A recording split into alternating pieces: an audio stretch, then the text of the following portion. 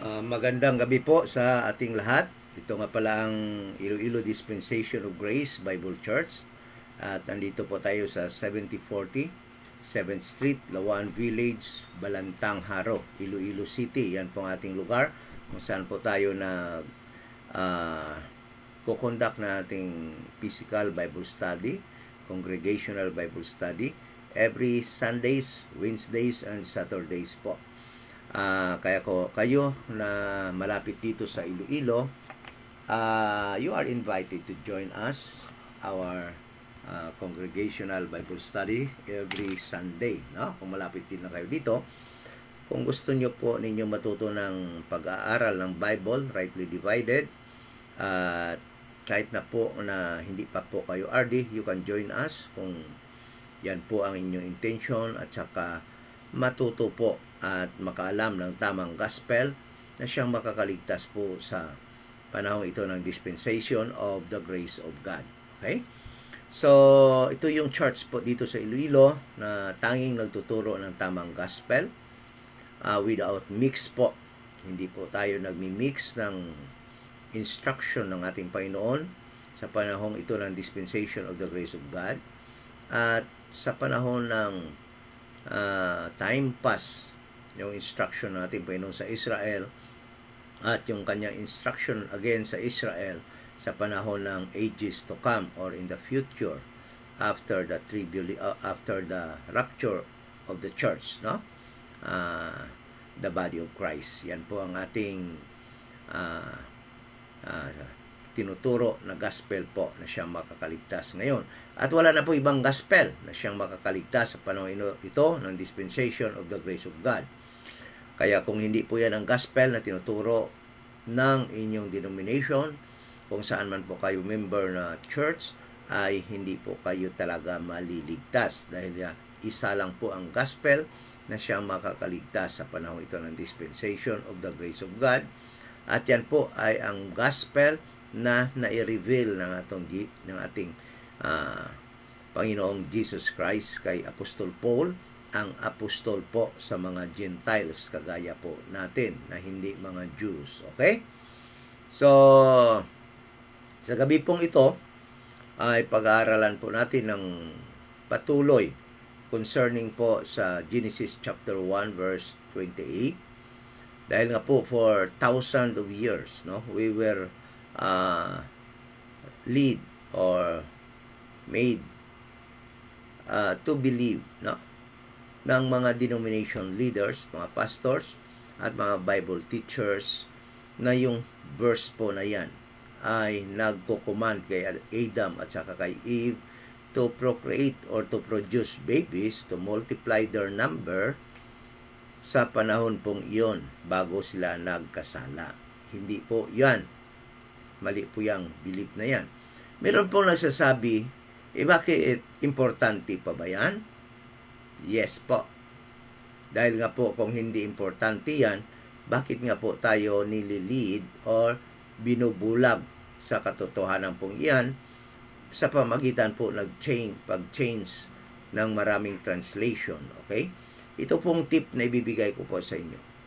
Pagka yung King James, mabasa mo po sa King James Bible at pinalitan po yan ng ibang translation, ibig sabihin po yan, importanteng katotohanan yan na gustong itago ni Satan po sa atin sa panahon ito ng dispensation of the grace of God at sa panahon din po ng time pass at ng sa future. Dahil nga po, hindi po yang babaguhin ng mga translators ng mga Bible kung yan po ay hindi dapat nila itago. At isa na po yung verse na po yan na mayroong mga pagbabago po sa original sa King James Bible, sa preserved Word of God na King James Bible. So, binago po nila sa ibang translation. Ngunit salamat po at meron po tayong King James Bible 1611 that is free, no? Hindi po pwede nilang i-translate dahil nga po sa protektado po yan ng copyright law. So, sa gabing ito, patuloy po natin pag-aralan yan, na hindi po yan ang utos ng Panginoon dyan na nag-procreate sila, Adam at Eve, no? Dahil nga po sa panahong yan ay nasa eternal state po sila at they cannot produce babies during the time. At maliwanag naman po na doon pa lamang sila nagnganak. Okay? Doon pa lamang sila nanganak after na fall na po sila or nagiging mortal na po sila. Doon pa lamang sila nanganak sa Genesis chapter 4 at ang kanila pong firstborn ay si Cain. Kaya nga po, before yan, wala po silang anak na na-record sa Bible dahil nga po nung nasa eternal state pa po sila in the image made or created in the image of God, they cannot procreate. Okay? Nung naging mortal na lang po sila, doon na po sila magpo-procreate. At ang reason po talaga bakit sila nagpo-procreate na or inallow na ng Panginoon or kinos na ng Panginoon na mag-procreate sila dahil nga mamamatay na nga po sila. Okay? At kung mamamatay na sila, maging extinct po ang tao. Mawawala po ang tao, mag-vanish po ang tao sa earth. That is why God caused them to produce or procreate at that moment after they were fall to sin, ano? Nang mahulog na sila sa sala. So, meron pong nagsasabi, why I am bringing this doctrine or this study. Alam niyo po, in the Bible, wala pong, ang pinaka-importante po talaga sa Bible is salvation. And we are doing that. Pinipreach po natin yan. Kaya bago tayo mag-umpisa ng ating Bible study, pinipreach po muna natin ang gospel of the grace of God na siyang nakakaligtas ng kaluluwa ng panahong ito. Okay? At pag-end po natin mamaya, ipipreach po natin ulit yung gospel of the grace of God, the death, burial, and salvation ni Jesus Christ. No? Dahil nga po yan talagang objective ng Bible study na ito, to preach the gospel of the grace of God so that those who are not yet saved, they can believe the gospel of the grace of God and can receive salvation of their souls. Yan talagang objective. Number 2 is through this study, we will be edified. We members of the church, the body of Christ, will be edified by doctrines that we will study from King James Bible. After po, alam niyo po, I do believe that the most important thing to preach from the KJV is the gospel of the grace of God. Then, next po, wala na po, lahat na po ng mga doctrines dyan, lahat po ay importante na rin. So, hindi ibig sabihin, dahil na ito tungkol sa procreation, ay hindi na po natin pag-aralan. Dahil sabi nga po sa Bible, we should not remain as babes and continue eating milk. We must also try to become or to grow mature so that we can eat also doctrines or meat in the Bible. So, the problem with some of us is that kung meron tayong nakitang bagong post at bagong study na hindi po align sa mga established truth, no? Established belief, na alam naman natin na yung mga established belief na yan, marami ring namang mali at hindi tama, ay sasabihin po natin, bago yun naman yan trivial talaga yung pinopost ni Brother Jumare. Nagpapasikat lang si Brother Jumare. Gusto lang maging well-known. No, that is not included in my agenda. In my agenda is to preach the truth. No? The truth is the thing is this. After I preach the truth about soul sleep, my views decline. Okay? So, if I am after popularity, to be well-known, to be famous, iingatan kong ituturo ko. Ayoko magturo ng makaka-reduce ng aking views, makaka-reduce ng aking followers. But, kahit na mawala pa lahat ng followers ko, kahit mawala pa dyan sa lista kung ilan man yung followers ko, kahit mawalan yung nanonood na views sa akin, still I will preach what is truth from the Bible, from the King James Bible. At hindi ko pipiliin. Lahat ng truth sa Bible should be preached. At yun nga lang po, yung mga pag-aralan ko na truth sometimes or many times are against the established belief of denomination. Kaya sabihin nila, Nobel na naman yan, bago na naman yung taong yan, palaging nagpo-post ng bago. The truth is this, yung mga pinipreach ko pong doctrines, the result na aking study, ay hindi po yan novel or new.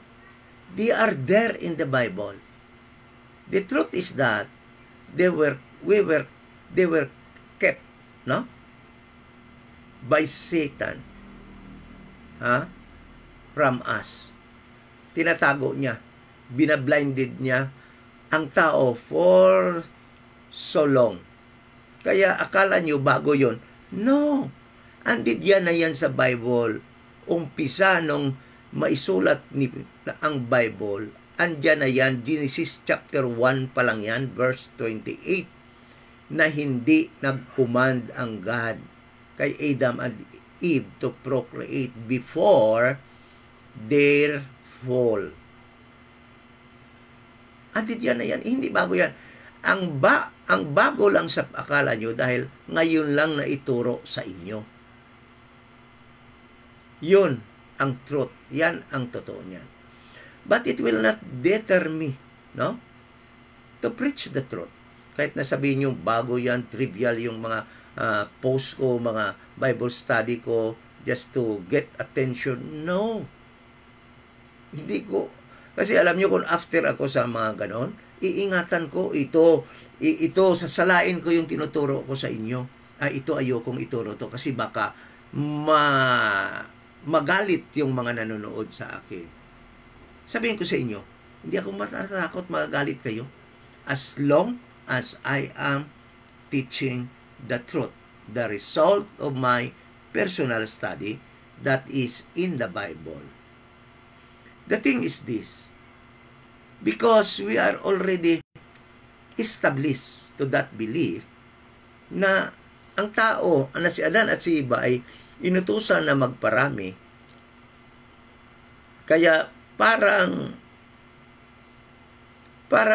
mahirap tanggapin ninyo ng iba sa atin na hindi tama yon, mali yon na belief. But I showed you, I presented to you the verses that will prove that God did not command Adam and Eve to produce babies before their fall. And Genesis 1:28 that was instruction to them before their fall. Okay? So, let us pray and immediately we will begin sa ating Bible study tonight. Okay? So, this is now part 3 of lesson of the topic, God did not tell or did not command Adam and Eve to produce babies and or to multiply in the earth in Genesis 1:28. And this is part 4. Part 3, and yung iti-take up natin, yung ibang mga verses, may iti-take up tayong ibang mga verses na sinasabi nila na support daw, proof that God commanded Adam and Eve to multiply before their fall. Okay? So, iti-take up natin yung Genesis chapter 2, verse 24 to 25, and I will show to you those verses are not proof that God told Adam and Eve to produce babies before their fall. Ito nga pala, sa muli, kung hindi pa po kayo ligtas, wala po kayong dapat gawin, kundi ang mag-believe lamang or mananampalataya na si Jesus Christ ay namatay, bayad po nating mga kasalanan, siya po ay inilibing at nabuhay muli sa ikatlong araw upang tayo po ay bigyan ng buhay na walang hanggan. Yan po ang gospel sa panahon ito ng dispensation of the grace of God until the rapture po. Umpisa sa Acts chapter 9 nung iniligtas ng ating Panginoon si Paul, ang kanyang apostol para sa atin mga Gentiles sa panahon ito ng dispensation of the grace of God. Wala po kayong gawin, kundi mananampalataya lamang na si Jesus Christ died for our sins, He was buried and rose again the third day. So, let us pray po. Ama na banal, sa muli, pinagkatiwala namin sa iyo ang aming pag-aaral ngayon. Nawa po ay magkaroon kami ng understanding, tamang pag-unawa sa mga verses naming pag-aaralan ngayon at sa mga verses na siya ring magpapakita ng tama po ang aming pag-aaral na walang commandment kay Adam at sa kay Eve, ikaw, bago ng kanilang fall, na mag-procreate. Salamat po at sa ngayong gabi na ito, we are praying na yung mga kapatid namin ay magkaroon din po ng tamang understanding at magbigay daan sa Holy Spirit to work in us. Amin pong alisin sa aming mga isip at sa aming mga puso yung mga preconceived beliefs namin na namana pa namin sa aming mga denomination, so that freely the Holy Spirit can work within us to convict us of the truth namin pong pag-aralan ngayon. Thank you so much sa imong presence sa aming buhay. Thank you din for sealing us na yung aming kaligtasan ay hindi na po mawawala. Thank you din sa aming mga kapatid that are online na nagjo-join sa aming mga Bible study ngayon. We pray and thank you so much in the name of our Lord Jesus Christ. Amen. So, sa muli po, as a matter of recap, I will again show these 4 verses that will lead us to understand the truth about Genesis chapter 1 verse 28. Upang alam ko po na mahirap talaga tanggapin ito dahil 4,000 of years. Iyan na po ang ating napaniwalaan that in Genesis chapter 1 verse 28, God told Adam and Eve to procreate or to produce babies. Yan ang pong ating settled na po tayo dyan. Tanggap na po natin yan. Kaya nung nai-present ko po sa inyo ito na mali yung paniniwala na yan, talagang marami pong nagalit. Talagang yung iba talagang nagsasalita ng hindi maganda, no? So kung ano-ano na lang mga accusation yung ina-accuse sa akin. Ngunit alam nyo, natutuwa ako. Bakit? Because of telling you the truth. It is biblical. Ang sabi nga, galit kayo sa akin. Sabi nga ng Bible, galit kayo sa akin dahil sinasabi ko sa inyo ang totoo. And I do believe this is the world that is controlled by Satan, and this world is controlled by those who are against the truth. Kaya I do believe nangyayari sa akin ngayon yan dahil I am telling you the truth. That is why you are angry with me. But kung bibigyan lang talaga natin ng pansin yung mga verses na ito, it is easy to understand. Ito yung mga verses na ito, nung sinabi ng Panginoon sa mga Huwels, sa mga sea creature, nung sinabi niya na kailangan nila mag-procreate, kailangan nila mag-multiply, ay maliwanag ang Panginoon sa kanyang instruction. At sabi niya dito sa chapter 1 of Genesis, verse 21 and 22. Tandaan po ninyo ito. Sabi dito ng Panginoon, and God created great whales, and every living creature that moveth, which the waters brought forth abundantly, after their kind, and every winged fowl, lahat na may mga pakpak na birds after his kind, and God saw that it was good. Okay? In verse 22, sinabihan niya itong mga creature na ito na kanyang create at this moment of time to multiply. Kaya sabi niya, and God blessed them. God was the one talking, and his audience, he was talking at this moment of time to the whales, to the sea creatures, and the fowls that he made. He created. Okay? God was saying unto them. Yung pagkasabi dito ng Panginoon is directly to His creation. The whales, the sea creature, and the fowls. Ang sabi niya, be fruitful and multiply and fill the waters in the seas, and let fowl multiply in the earth. In the earth. That is God's instruction sa kanyang kinakausap na mga whales at saka birds to multiply in the earth. Okay?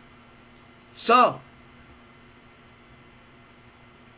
when God, the same yung parallel, yung pagka-parallel nitong verse na ito, nung mag-instruct na naman ang God sa kay Noah after the flood, ito, after the flood, there were only how many people left on this earth? There were only 8. Okay? Noah, his 3 sons, his wife, and 3 in-laws, daughter-in-law. Okay? So, dahil 8 na lang sila, there was a need for them to procreate during the time and to fill the earth, to populate the earth. Okay? So, the same order or commandment was given to Noah. Listen to this. Tandaan nyo ito. Multiply in the earth.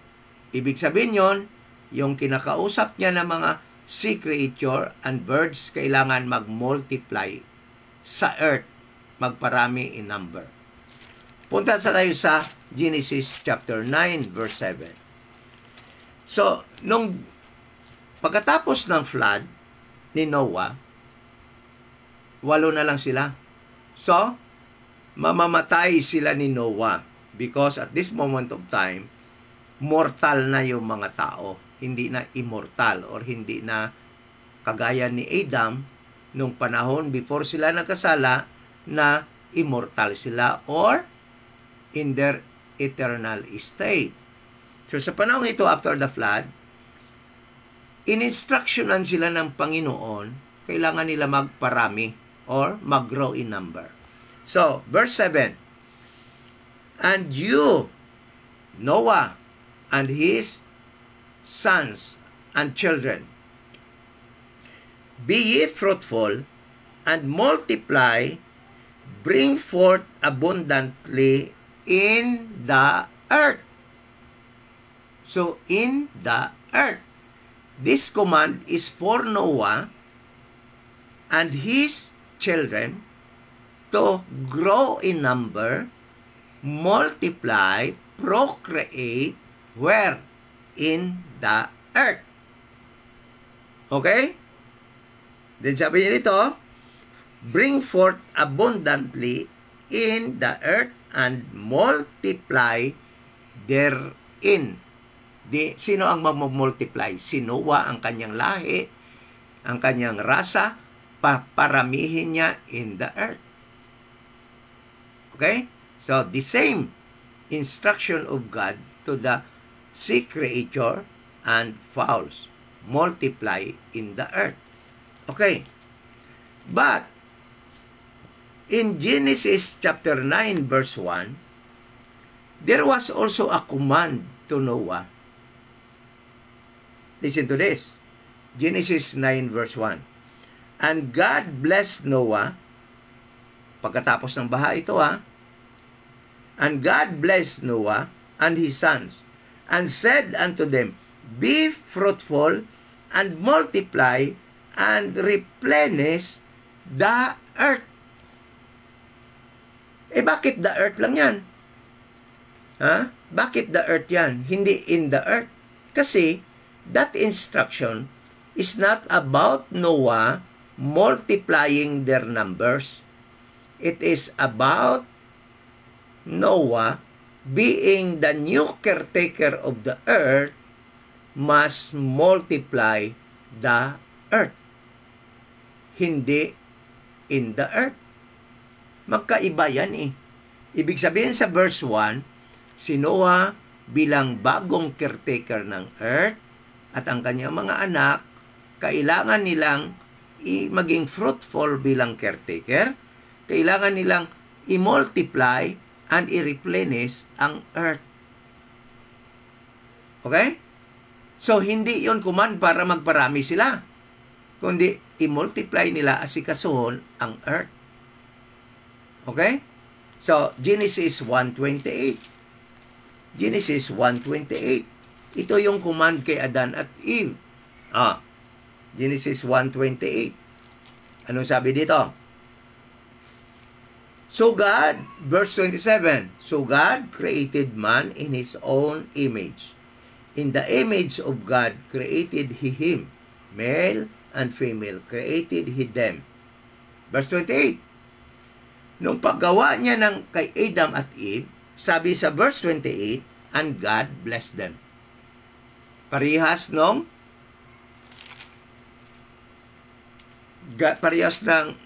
paggawa niya ng mga hayop, nung sea creature, whales, birds, fowls, sabi doon sa verse 22, and God blessed them. So, dito, verse 28, God blessed Noah and Adam. Okay? And God said unto them, Be fruitful, and multiply, and replenish the earth. Pariho nung utos ng Panginoon sa Genesis chapter 9 verse 1. Ibig sabihin, si Noah at si Adam must be fruitful, being the caretaker of the earth. Yung paano sila engage ng Panginoon na naging fruitful sila. So, kailangan nilang i-multiply and i-replenish ang earth. Ngayon, magtatanong siguro kayo, brother, pag sinabing earth ang i-multiply at saka i-replenish, anong ibig sabihin nung? Ang buong mundo? God was very specific. Yung kaya lang i-multiply at i-replenish na Adam ay yung earth. Ano ba yung earth? Hindi na ako mag-i-interpret kasi hindi ako nag-i-interpret ng Bible. Tinuturo ko lang sa inyo kung ano yung nakasulat. Sabi dito, the earth. Doon sa kabila, in the earth. Yan yung tinuturo ko na magkaiba. Pag sinasabi ng Panginoon na multiply and replenish in the earth, yung sinasabihan niya, yun yung magparami in number. But pag sinabi niya na multiply and replenish the earth, yung sinasabihan niya bilang caretaker ay siyang in charge sa pag-multiply at pagpa-replenish ng earth. Okay? So, what is earth? So, tatanungin natin ang Bible kung ano yung earth. Kasi kung tayo lang, pwede tayo magmali ng pagbigay ng meaning kung ano yung earth. Mag-isip tayo kagad ng earth ay yung buong ginawa ng Panginoon, kasama ang dagat, kasama ang tubig, earth yan. Naku, maling-mali tayo dyan. Tatanungin natin ngayon ang Bible kung ano ang earth. So let us go to Genesis chapter 1, verse 9 and 10. Genesis 1, 9 and 10, diyan natin malalaman sa Bible, sa verse na yan, kung ano ang earth. Hindi ko yan binibigyan ng sarili kong interpretation. It will be interpreted to you by the King James Bible. Sabi dito, and God said, umpisa natin sa verse 8, and God hath called the firmament heaven, and the evening and the morning were the second day. And God said, let the waters under the heaven be gathered together unto one place. So, nung ginawa na niya yung firmament, sabi niya, yung lahat ng tubig under the firmament must gather together in one place. Kaya yung sea in one place. No? Sabi dito, and let the dry land appear.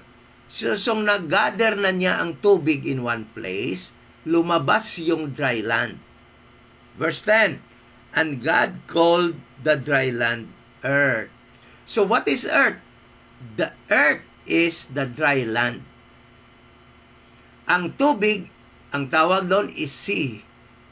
Seas, di ba? Okay? So, sabi dito, and God called the dry land earth, and the gathering together of waters called he seas, dagat.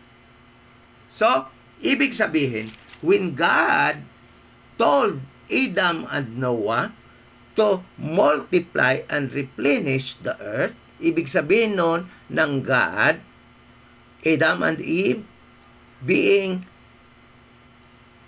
the one who have dominion over the earth, I am giving you the authority to subdue, to control, and have dominion over the earth. You are the caretaker of my earth. You have to multiply and to replenish the land. Di ba?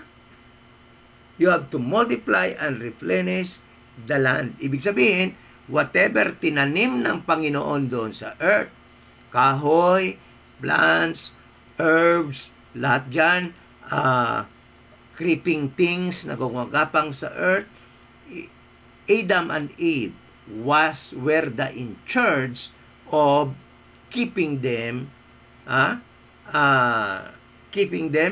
cultivating the land, so that those things that God put in the earth will not be extinct. Hindi mawawala.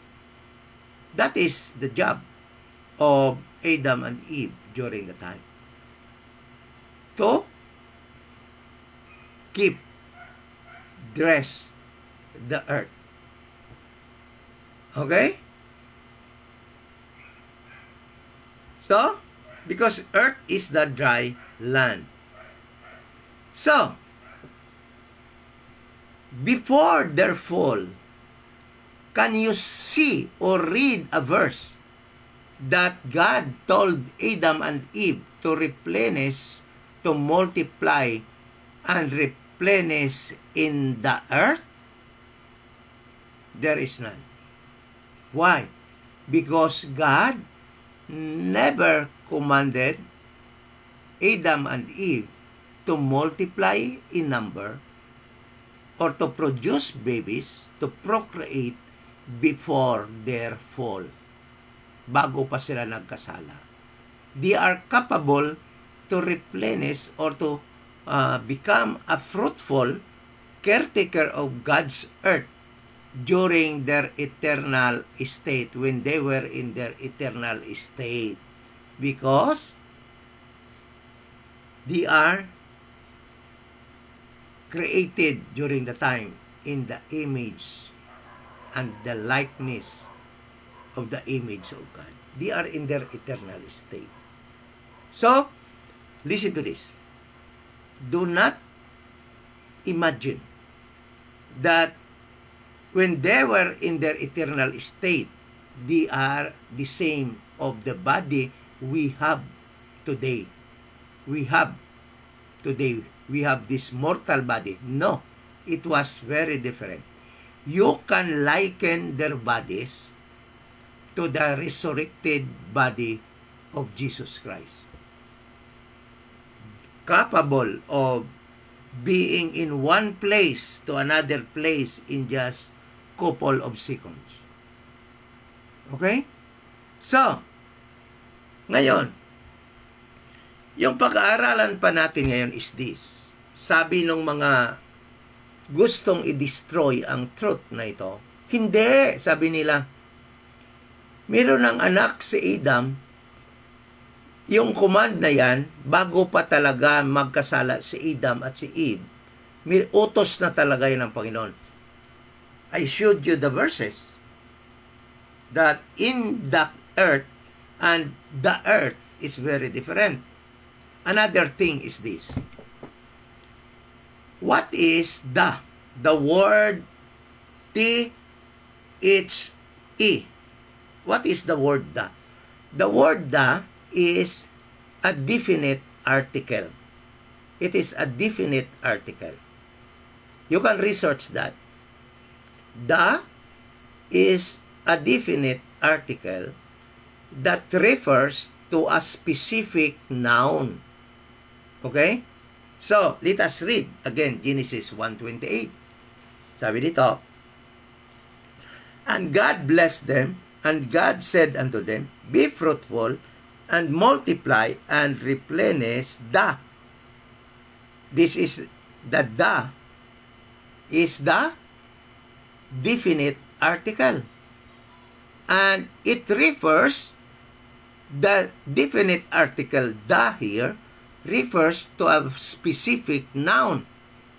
And what is that specific noun that the refers to? That noun is earth. That noun, that specific noun is earth. So meaning, the instruction, multiply and replenish, the,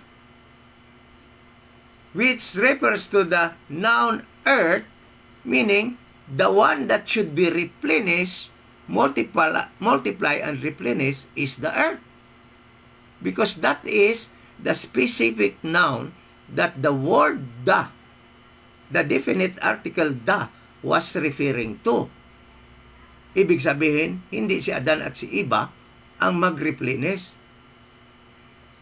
Okay? Ganon dapat tayo mag-aral ng Bible. Hindi na lang dahil na sinabi nila, sinabi ng mga pastor natin dati noon, sinabi ng ibang translation, ay tama na yon. Ito yung tama. Ang King James Bible lamang yung tama.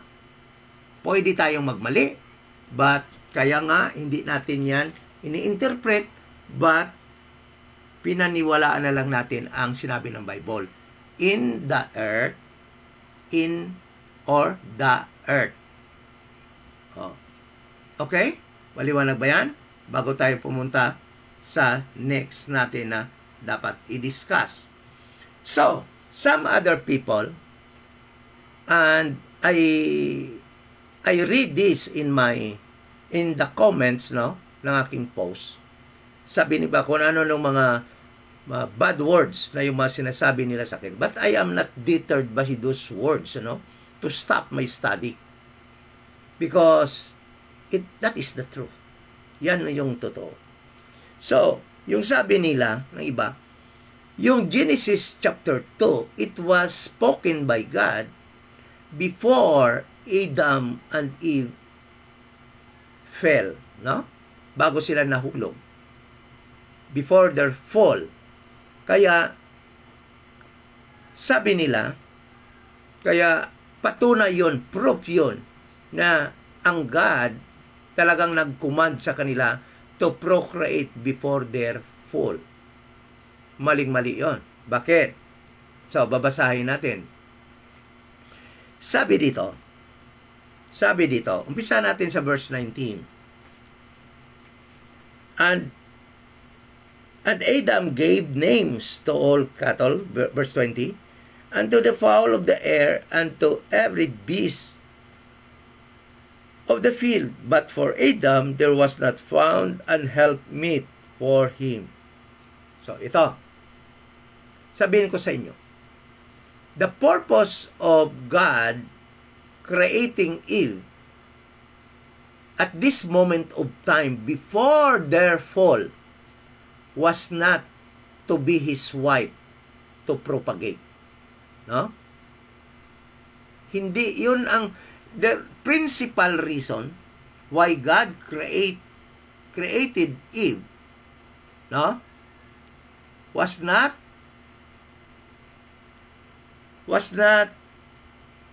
to produce babies or become Adam's wife, wherein they can have sexual intimacy to produce baby. The number one reason why God created Eve is to be what? Adam's helpmeet. And what is helpmeet? Huh? What is helpmeet? Katulong, katuwang, helper niya sa pag-caretaker or sa pag-taker ng earth of God. Okay? Yan yung paggawa sa kanya. Kailan siya nagiging wife na? After their fall. Oh. Tingnan dito. And the Lord God caused deep sleep to fall upon Adam, and he sleep, and took one of his ribs, and closed the flesh instead. So, kumuha ang God na isang rib ni Adam, and he made it a woman. And the rib which the Lord God taken from man, made him woman, and brought her unto the man. So, ginawa niya woman, at dinala niya doon sa lalaki, kay Adam. Alam nyo, yung ibang mga nagtuturo ng Bible, gagawa sila ng storya. Yan daw, kasal daw yun ni Adan at ni Eva. Nung dinala ng God si Eve kay Adam, kasal daw yun. First marriage daw yun sa Bible. Walang sinabi dito na nagkasal ang Panginoon sa kanila. Sabi dito, dinala lang ng God yung babae sa lalaki, kay Adam. Okay? Brought her unto the man. It was not marriage, tawag dito, ceremony. No.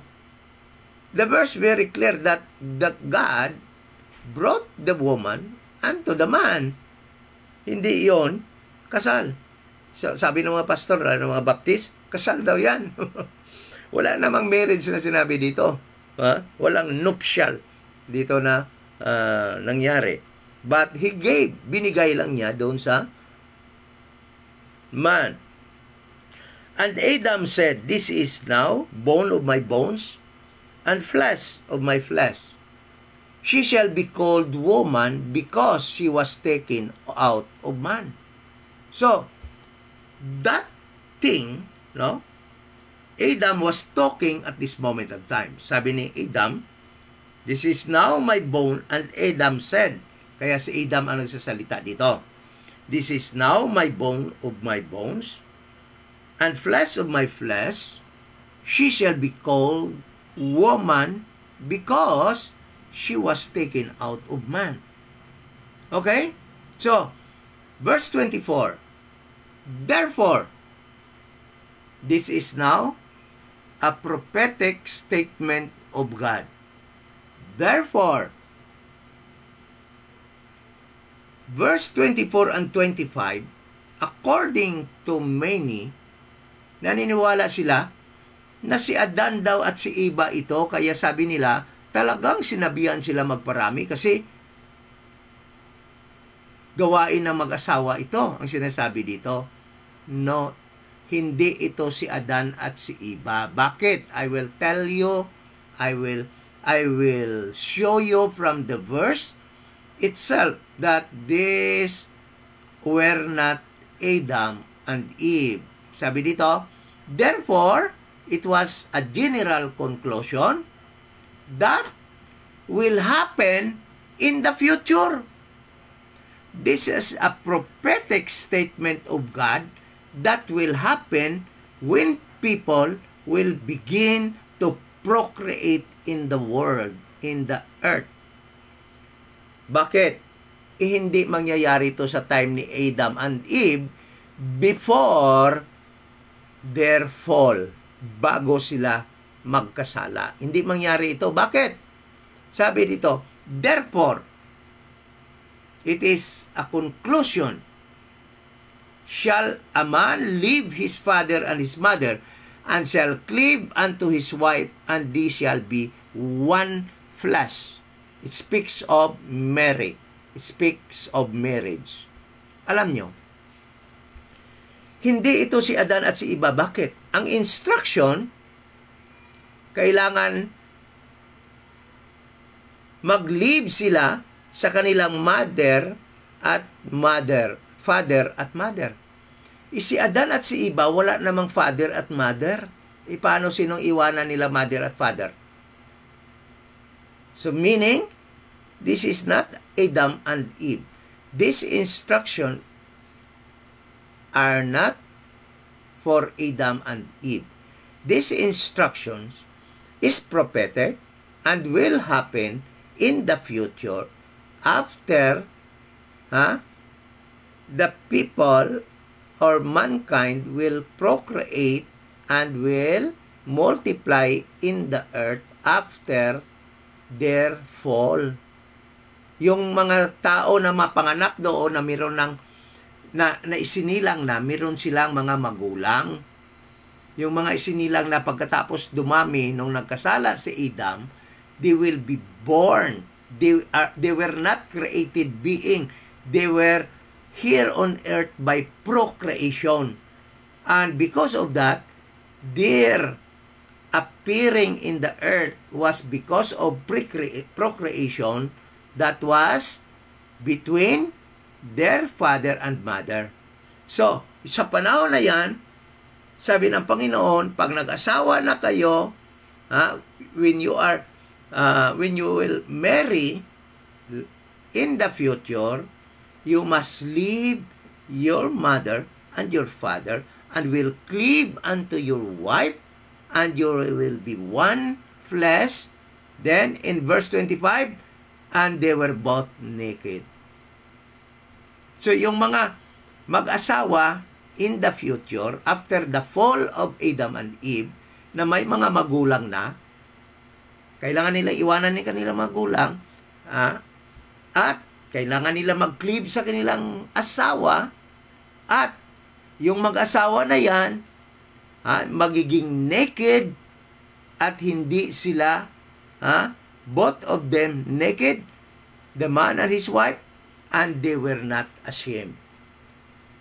They were not ashamed because what they are doing actually as husband and wife is the gift of God of sexual intimacy that is already allowed by God after the fall of Adam and Eve, so that human being can procreate and will not become extinct on this earth.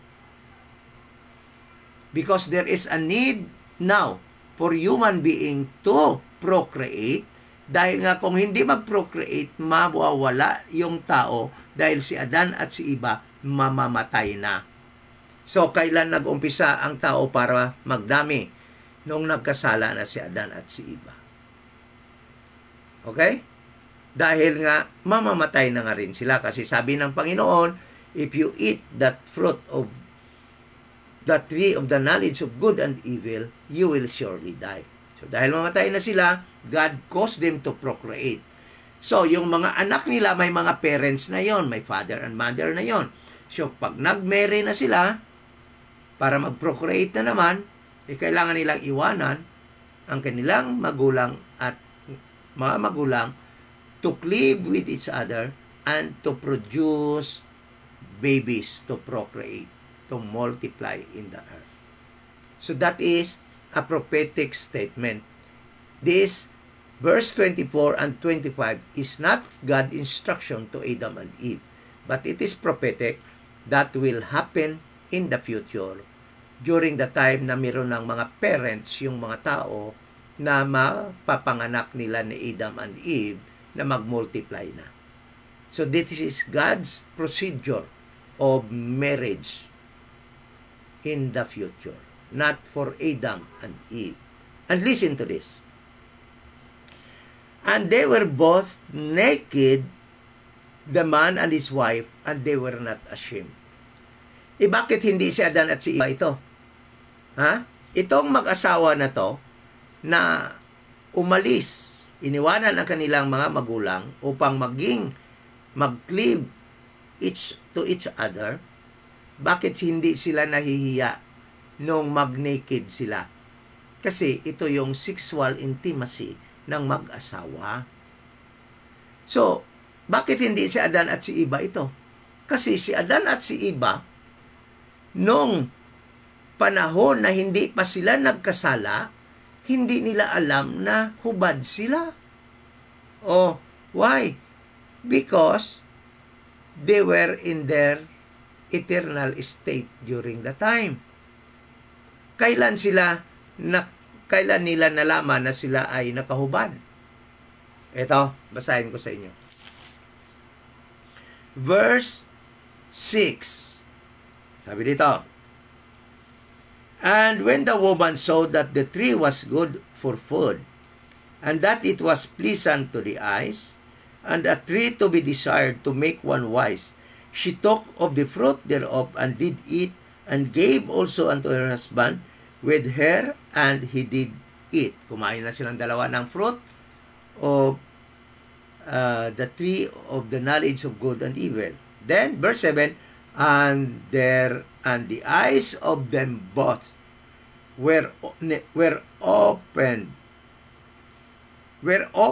and they knew that they were naked. Doon pa lang nila nalaman na naked sila nung nagkasala sila. That is why before their fall, they cannot procreate because they are in their eternal state. And besides, hindi ka nila alam na naked pala sila. Ibig sabihin, since they do not know that they were naked, they cannot have physical desire with each other. Hindi nga alam siguro ni Adam na 36, 24, 36 si Eve. Hindi din alam ni Eve na may 6 packs abs si Adam. Dahil hindi nga nila alam yung nakedness nila during the time. And listen to this. Verse 25 of chapter 2, sabi dito, yung mga ikinasal dito na may mga parents, they were not ashamed when they were both naked. But listen to this. Si Adam and Eve, nung malaman na naked sila, nahiya sila. Tingnan mo. Sabi dito, and the eyes of them were both opened, and they knew they were naked, and they sewed fig leaves together, and made themselves apron.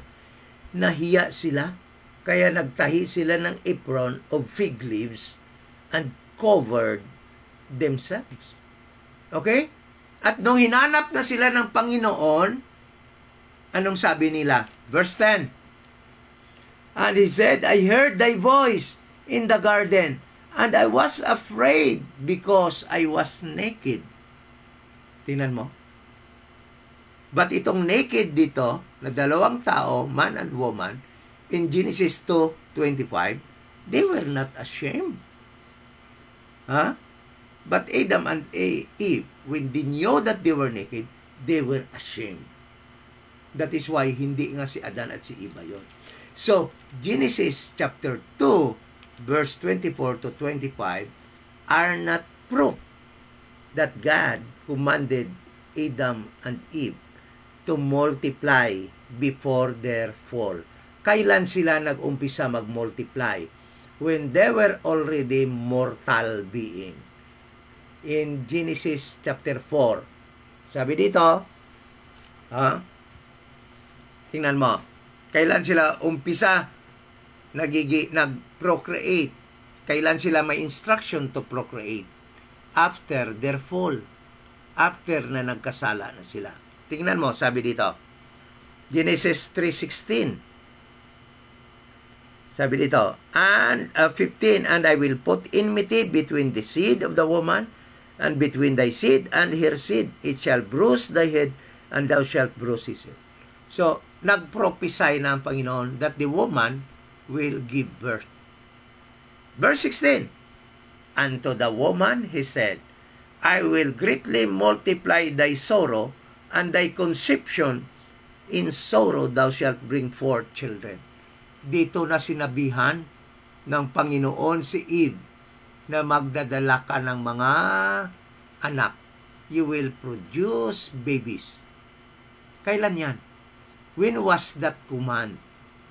When was that information that Eve will bring forth babies? After their fall, when they were already mortal being, no longer in the image of God. Okay? At dito rin nag-umpisa, mamatay na yung tao. Sabi dito, kay Adam, in the sweat of thy face, verse 19, in the sweat of thy face shalt thou eat bread. Kailangan niya maghirap, magpagod para kumain. Till thou return unto the ground, that is death. Hanggang bumalik ka na sa lupa. Out of it, for out of it was thou taken. Kay galing ka sa lupa. Sabi dito, for dust thou art, and unto dust shalt thou return. God now proclaimed Adam and Eve will experience physical death. Kailan ito? After their fall. After they sinned against God. Yan ang umpisa na sinabihan sila na dadami na kayo. But before that, there was no instruction for them to bear children. Genesis 1:28 is not an instruction for Adam and Eve to bear, produce, make babies. They cannot because they were still in their eternal state. So, ano bang proof para sa Bible that those who are in their eternal state cannot procreate? Okay, let's go to Matthew chapter 22, verse 30. Matthew 22, verse 30. Matthew 22, verse 30. Sabi dito, for in the resurrection, alam nyo, sila Peter at saka yung lahat ng nasave sa kingdom gospel to Israel, sa time na ma-resurrect na sila, they were like angels. They will be like angels. Sabi dito, for in the resurrection, they neither marry, hindi na, sa pag-resurrection na, nung mga na-save sa kingdom gospel that will inherit the earth, hindi na sila mag-aasawa, nor given in marriage, but are as the angels of God in heaven. Para na silang angels of God in heaven. Ibig sabihin nun, they are now in their eternal state. So, sabi dito, the verse says that hindi na sila mag-asawa. Hindi na sila mag-procreate. Kaya si Adam at Eve, before they sinned against God, they were in their eternal state. They were like angels, cannot procreate. Kaya maling-mali yun yung paniniwala na si Adan at si Eva kinasal ng Panginoon para magkaanak. No. That is heresy. That is unfounded doctrine by the Baptists. Okay? And other denomination. Baptists actually are not studying their Bible. and other denomination. They are just parroting. They are just assuming na yung sabi ng pastor nila tama. Pero sabihin ko sa inyo, magaling lang yung pastor nila manghingi ng tithe upang ibuhay niya sa kanyang pamilya. Kasi tamad magtrabaho. Habang yung mga members, patay-patay, hirap na hirap sa pagtrabaho. Pero yung mga Baptist pastors, sarap ng buhay. Walang trabahong sekular, hindi naghihirap. Nagpapasarap lang ng buhay. Yung mga members, hirap na hirap sa kakatrabaho. Kuha ng 10%. Hindi lang 10%. Ang dami-dami pang giving na hinihingi. Pastor's birthday, anniversary, bakal, bili ng lote, bili ng patayo ng church. Walang katapusang giving sa simbahan nila. Yun lang yung magaling yung pastor nila. Hindi naman nag-aaral talaga ng Bible. So, bakit ko alam yan? 30 years akong Baptist. Kung namatay ako, hindi ako ligtas. Dahil yung gospel na itinuro, mali pa. So, sabihin na natin, ano ba itong ibig sabihin? Ano ba itong ibig sabihin ng and they were both naked, the man and his wife, and were not ashamed. Kailan ba nangyari kay Eve and kay Adan ito? Before their fall or after their fall? Verse 24 will never happen to Adam and Eve. Bakit? Wala silang mga magulang na iiwanan. Kaya hindi sila ang sinasabihan nito. Therefore shall a man leave his father and his mother. Sino yung iiwanan na father ni Adam at mother? Sino yung iiwanan na father at mother ni Eve? Wala. So, they cannot obey this command. Okay? They cannot violate this command. And, in fact, Adam and Eve was not the ones that God gave this instruction. This is prophetic. And Adam and Eve cannot obey verse 24 of Genesis chapter 2. But the verse 25, was this verse happened to Adam and Eve, that they were naked and were not ashamed, so that they can produce babies? Yes. But when? Before their fall, when they were in their eternal state, or after their fall? It happened to them after their fall. Bakit? Genesis chapter 4, verse 1. Ito. And Adam knew Eve, his wife. At this moment of time, Adam and Eve were both naked and have sexual intimacy. They were both naked at this moment of time and they are at this moment of time in love making to produce baby. And their firstborn was not born before their fall, but after their fall. Their firstborn was not born when they were in their eternal state, but when they were in their mortal state. Genesis 4 verse 1. And Adam knew Eve. Ano ibig sabihin yan? I-translate ko sa other translation. And Adam had sex with Eve. Then, his wife. Dito na niya tinawag si Eve na wife doon sa before they were their fall, helpmeet. But dito, wife na. Because both of them in this verse already Both of them are naked and producing baby at this moment of time.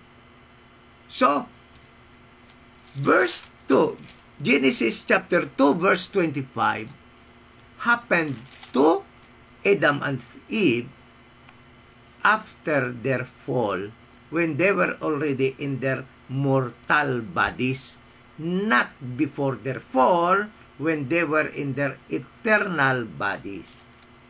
Nakuha po natin yan. So, we cannot find in the Bible a single verse before their fall that God told them to multiply or grow in number or produce babies so that they can multiply in the earth. There is none. Walang-wala po.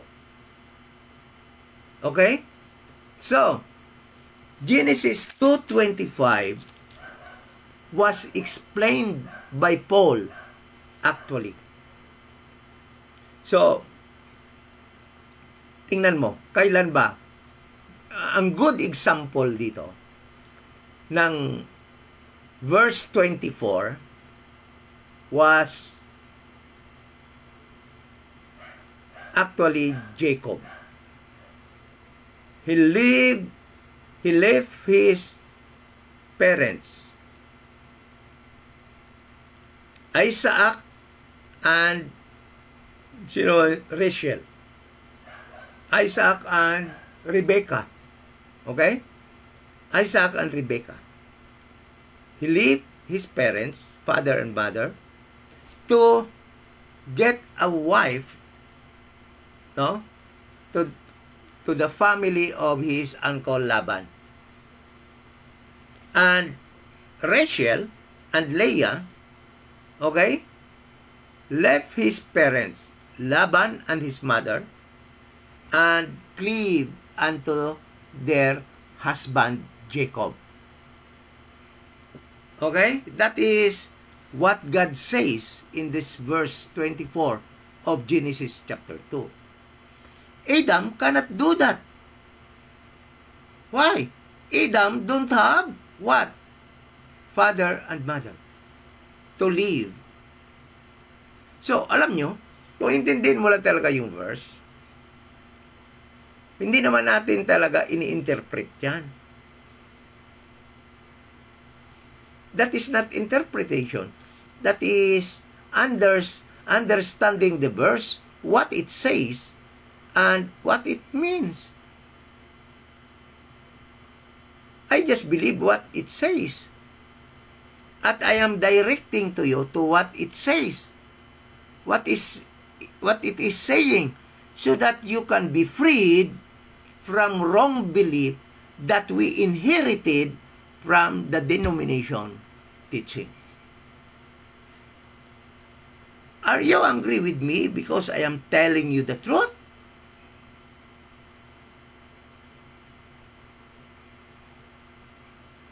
So, verse 24, the best example is Jacob. Leaving his parents, then going to the far country to his uncle Laban and get a wife. Marry a wife there. Okay? Then Leah and Rachel, kasi dalawang anak ni Laban yung napangasawa ni Jacob. So, Leah and Rachel obeyed also verse 24 of Genesis chapter 2. They leave their parents, Laban and the wife of Laban, and cleave unto their husband, Jacob. Okay? Then, both of them experienced nakedness with Jacob. They were both naked with Jacob. I do believe in separate rooms.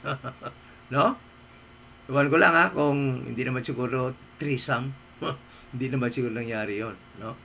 So, yon ang nangyari dyan. And verse 25, was actually expounded very well by Apostle Paul. Let us go to 1 Corinthians 7. 1 Corinthians chapter 7. Ito yung pagka-explain ni Paul sa Genesis chapter 2 verse 25. And they were both naked, the man and his wife, and were not ashamed. Ito yung pagka-explain ni Apostle Paul. 1 Corinthians chapter 7. 1 Corinthians chapter 7. So, sabi dito ni Apostle Paul, when he was asked by the Corinthians believers with regard to getting married. Okay? Sabi dito, verse 1, basahin natin. Now concerning the things whereof ye wrote unto me, it is good for a man not to touch a woman. Kasi nagtatanong sila dito kung kailangan pa bang mag-asawa. Okay? So, sinagot sila ni Paul, sa akin lang, mas maganda na wag nang mag-asawa, wag nang mag-touch ng woman yung babae. Nevertheless, sabi niya dito, to avoid fornication, let every man have his own wife. Ibig sabihin ni Paul, you must take a wife. Okay? So, ibig sabihin dito ni Paul, you must leave your father and mother, take a wife, and cleave unto your wife. So, the wife must leave his father and mother and cleave unto his husband and to be naked with him. Then sabi dito ni Paul, let the husband render unto the wife due benevolence. Ito yung Genesis chapter 2 verse 25. Let the husband render unto the wife due benevolence, and likewise also the wife unto the husband. The wife hath not power over his own body. Kaya wife, pag hinubaran ka na ng iyong bana, ng iyong asawa, kasi nga, kailangan niya yung bagay na yon, sabi ni Paul, you have to render benevolence to your husband. Also, the husband should do the same. Pag kailangan ng wife, you have to give your body as husband. At kailangan ng husband as wife, you do not own your body. It is your husband's body. It is owned by your husband. Okay? So, thank you, Ma'am May, for joining us. Ma'am May Dundunay Sukinya, thank you for joining sa ating Bible study. Sabi dito, but the husband, and likewise also, the husband hath not power of his own body, but the wife. So, defraud ye not one of the other, except it be with consent for a time. So, that is how Paul explained Genesis chapter 2 verse 25. And they were both naked and were not ashamed. Ganon. Kasi dapat yun ang mag-asawa. You have to render or give your body to your husband, and the husband also should give his body to his wife. That is nakedness. Pareho silang naked and they were not ashamed. Meaning, that is sexual intimacy that should be enjoyed by husband and wife as allowed by God after the fall of Adam and Eve, so that human or mankind can continue its existence in this earth of God. Dahil mamamatay na nga kung hindi mag-procreate, mawawala yung mankind. And the promised seed in Genesis chapter 15 that was promised by God to be born of a woman, a 100% human being that will defeat Satan, for God to take back the earth from Satan, will be born in His due time, in God's due time. or appointed time. Kasi may nagtatanong bakit hindi na lang kaagad na ipanganak si Jesus Christ para hindi na umabot sa ganito? It is God's appointed time, not ours.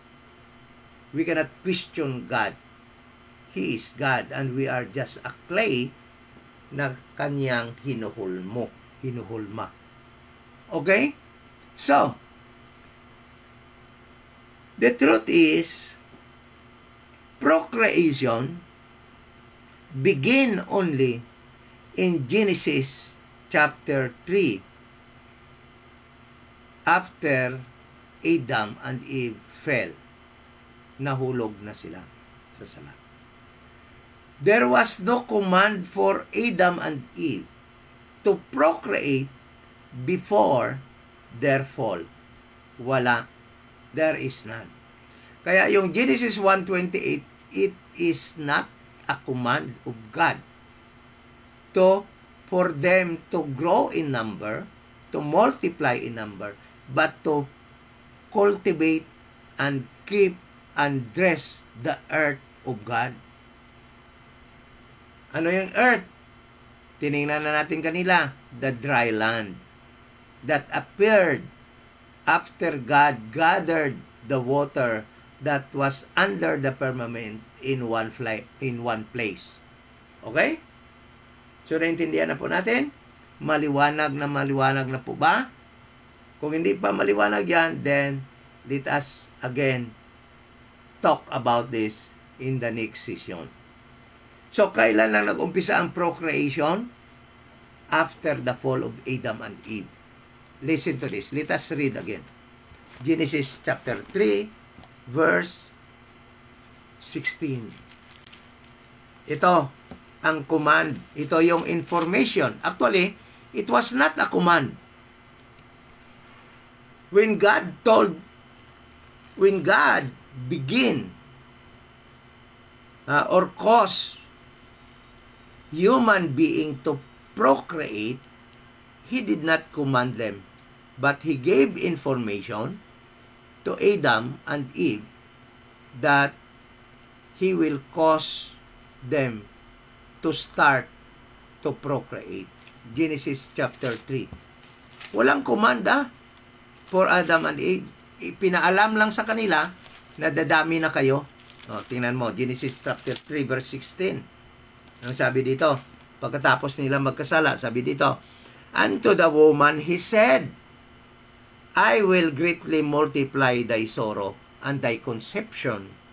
In sorrow thou shalt bring forth children. Was it a command or an information that God will now cause human or mankind to procreate? That was only an information. Kasi ang command, you can disobey the command.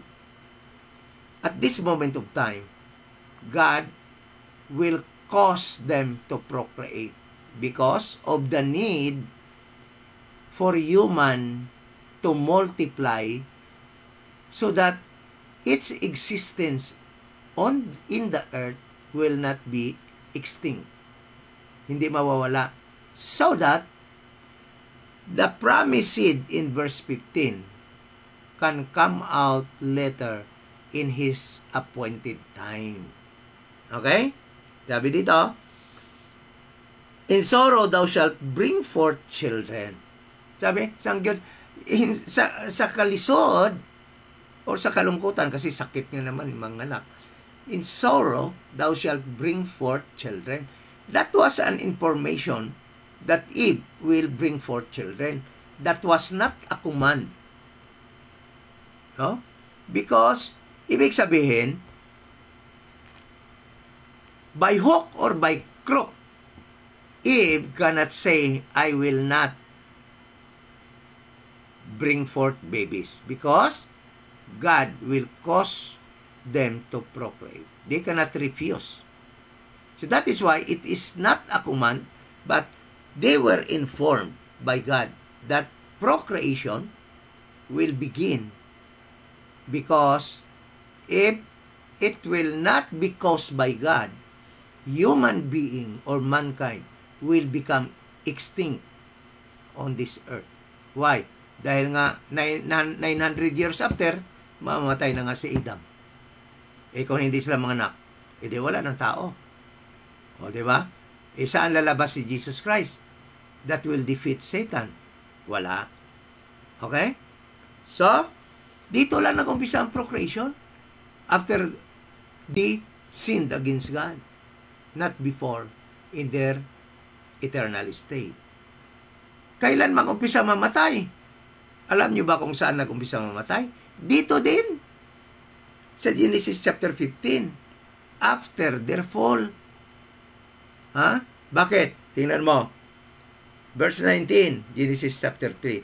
In the sweat of thy face shalt thou eat bread, till thou return unto the ground.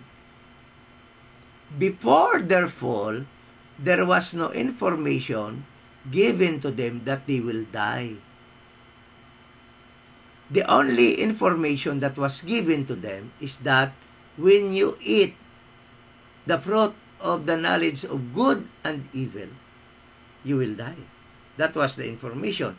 But at this moment of time, Adam and Eve, now informed by God that they will return to dust as they were.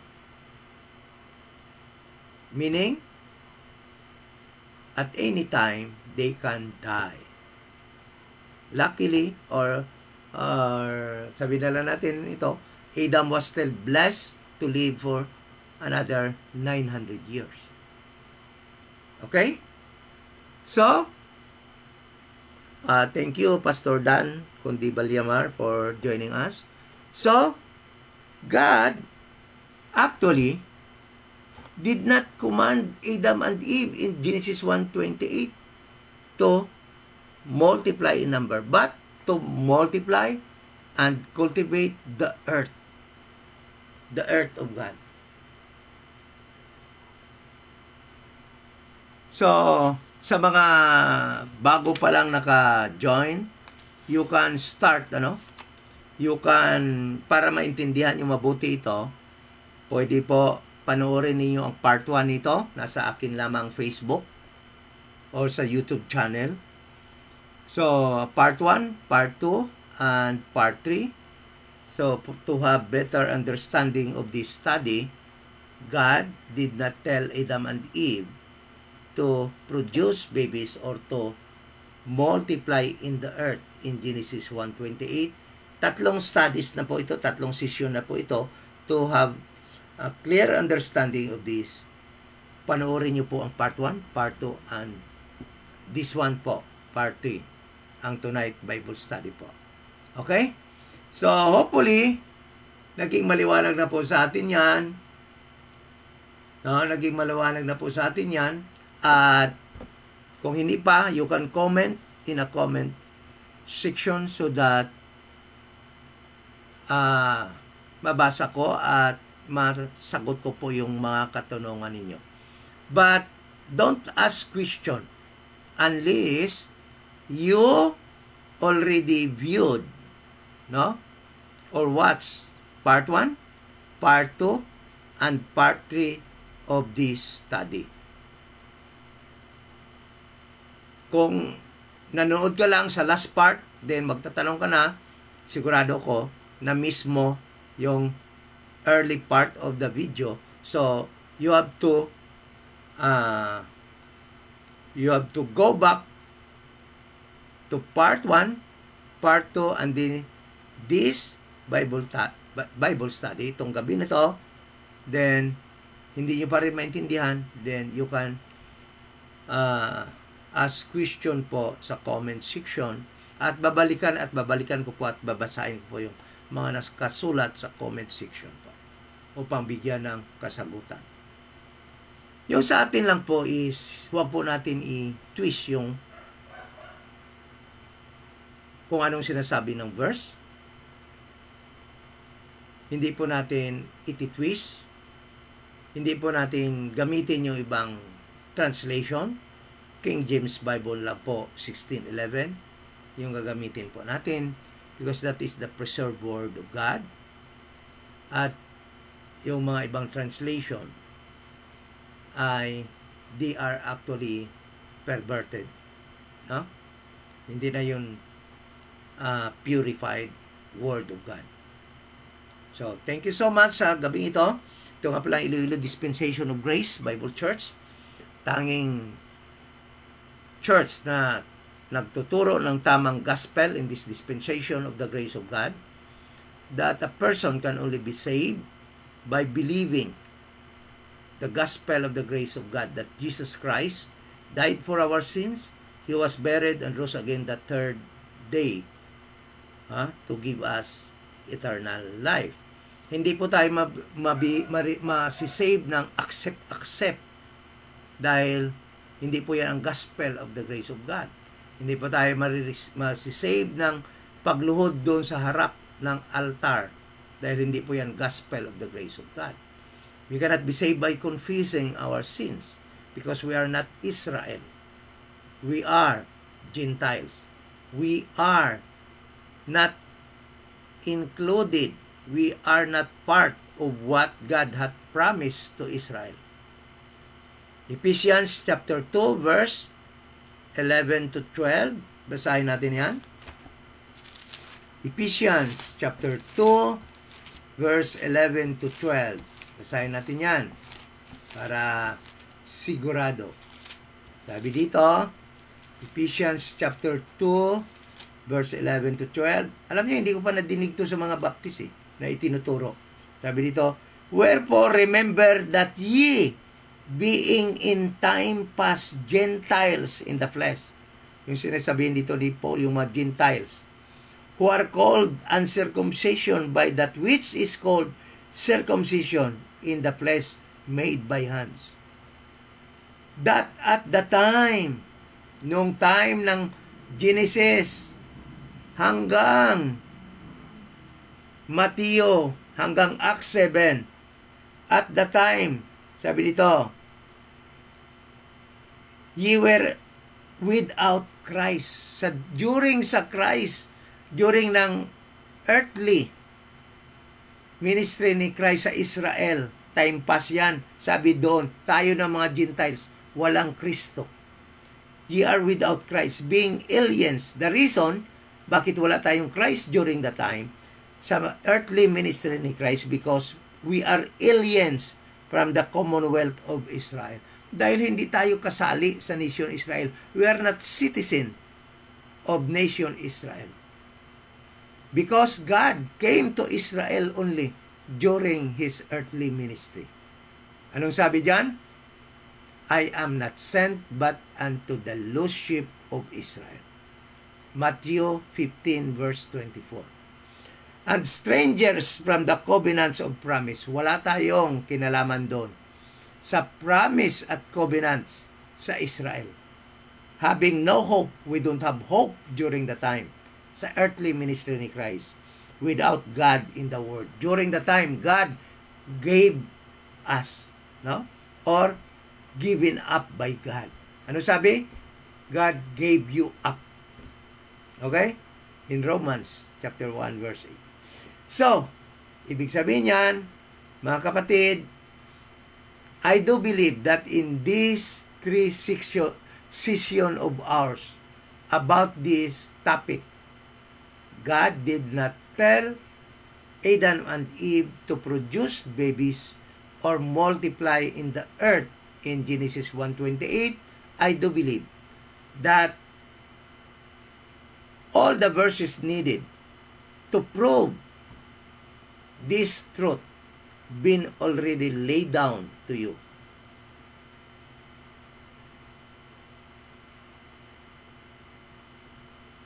And my prayer is this, na sana po ay intindihan na po natin.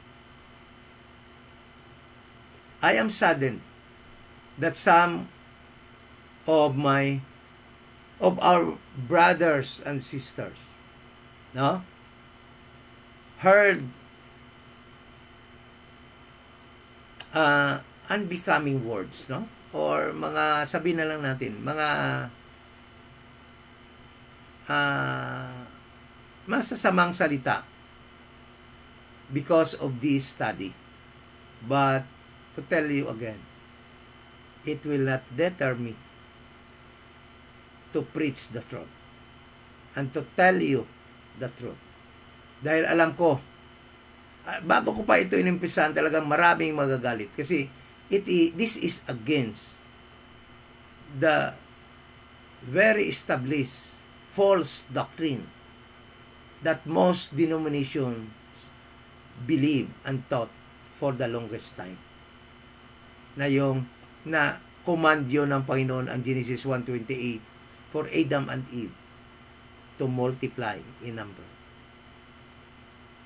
Sabi nila, importante pa ba yun? Yes. Kasi, bakit hindi? Pag sinabi na, bakit hindi mo na lang i-preach ang gospel? I am preaching the gospel every Sunday. Every time there is an opportunity. Bakit? We have enough time.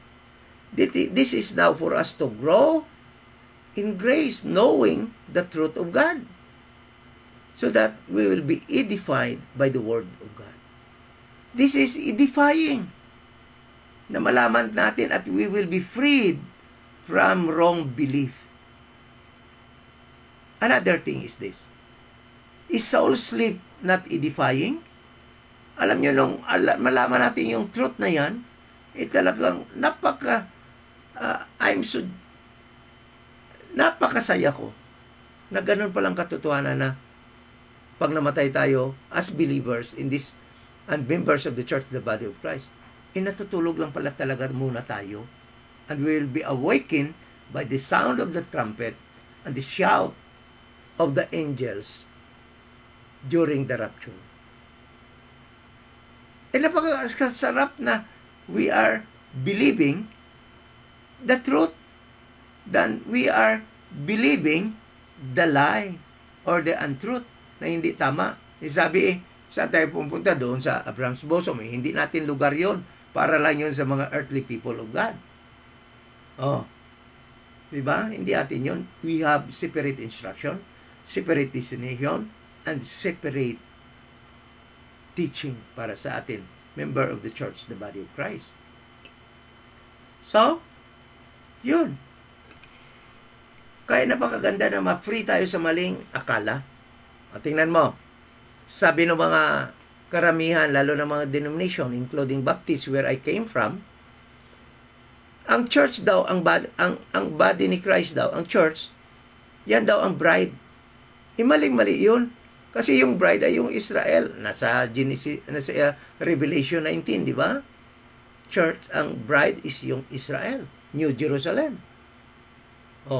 Hindi pa tayo masaya na nalalaman natin yung tama at we can be freed by wrong belief?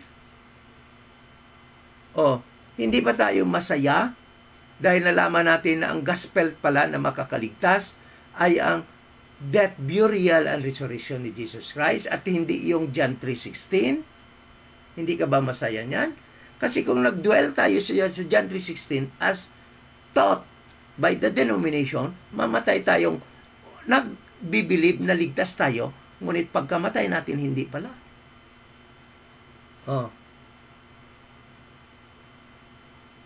Hindi ka ba natutuwa na na-free ka sa kabigay ng tithe, na yung tithing is a taxation for the nation Israel so that they can survive as a nation?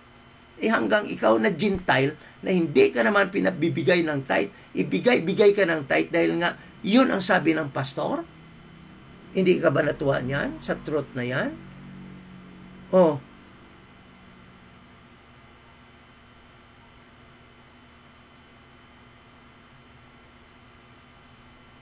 Sabi pa nila, Abraham gave tithe.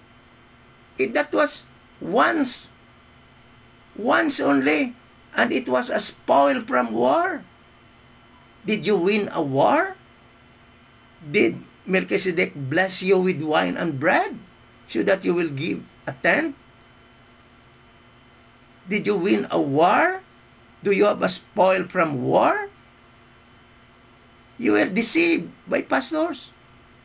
You are deceived by these lazy people who will not get a job to feed their family. Ha? Kundi aasa lamang sa naghihikahos sa pagtrabaho ng mga members upang ikabubuhay nila. Hindi ka ba natuwa noon na na-free ka sa ganong belief?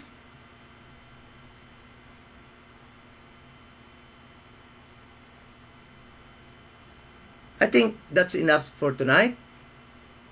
Ito nga pala Iloilo Dispensation of Grace Bible Church na siya nagtuturo ng tamang gospel dito sa Iloilo, that a person can only be saved by believing that Jesus Christ died for your sins, He was buried and rose again the third day. Pananampalatayahan niyo po yan, at yan lang po ang makakaligtas ng ating kaluluwa. There is no need for you to become a member of any denomination. Because by the time you believe the gospel of the grace of God, the Holy Spirit will put you or baptize you into the body of Christ, the church of this dispensation of the grace of God. There is no other church for today that you can join to be saved. Only the church, the body of Christ. You cannot be saved by being in the Baptist, in Pentecostal, in Saksi ni Jehovah, in Catholic, in any denomination. You can only be saved if you are baptized by the Holy Spirit into the body of Christ, the church of this dispensation of the grace of God. Thank you so much at magandang gabi po sa ating lahat. Sana po ay naging maliwanag na po yan ang topic na yan so that we can go on and continue to part 5 of our topic, rightly dividing God's earthly and heavenly people. I am inviting you who are new to this Bible study. Please watch part 1 of this topic, part 2, and part 3 to have a clear understanding kung ano po ang ni-discuss po natin dito. Salamat po for joining Pastor Elijah Agasan, Sister Arlene Hison, Asiritville, thank you for joining. Brother Caleb Joshua, Sister Jean Manos, Pastor Dan Condivillamar from Bacolod. Mga kapitbahay ko po dati ito sa Bacolod. Thank you so much, Pastor Dan, for being with us. Brother Charles Ardi, no? Salamat po sa pag-join. Sister Charlotte Zamora, salamat po pag-join sa ating Bible study. Jean Manos, then sa Cavite po ito. John Lynn Kibrar, thank you po. Former mga kasama ko po dati sa dating denomination. Manny Gamboa, salamat po pag-join. Baltasar de los Santos, salamat po sa pag-join sa ating Bible study. RDDM po, galing pa po ito sa Kuwait at nag-join din po sa ating Bible study. Brother Jerome Sibilio at Sister Shirley Rogando from Bicol, salamat po pag-join. RD Germs, sino to? Si RD Germs. At yung aking pinaka mahal sa buhay, aking asawa, thank you for joining, aking mga anak. Then Brother Rodolfo Baron Bokyo, salamat po. Brother Milo Saol, salamat pag-join. Brother Arman Magbanwa, salamat po pag-join sa ating Bible study. Sino pa po ang dito?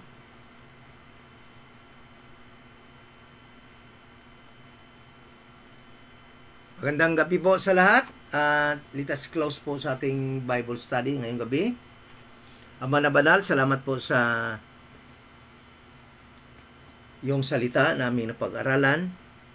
Salamat po sa katotohanan na iyo pong nailahad sa gabing ito. Nawa po ay yung truth ay nai-preach po. Alam po namin na masakit ang katotohanan, ngunit dapat po ito mai-preach upang kami po ay maituwid sa aming maling paniniwala. Thank you so much in the name of our Lord Jesus Christ. Amen.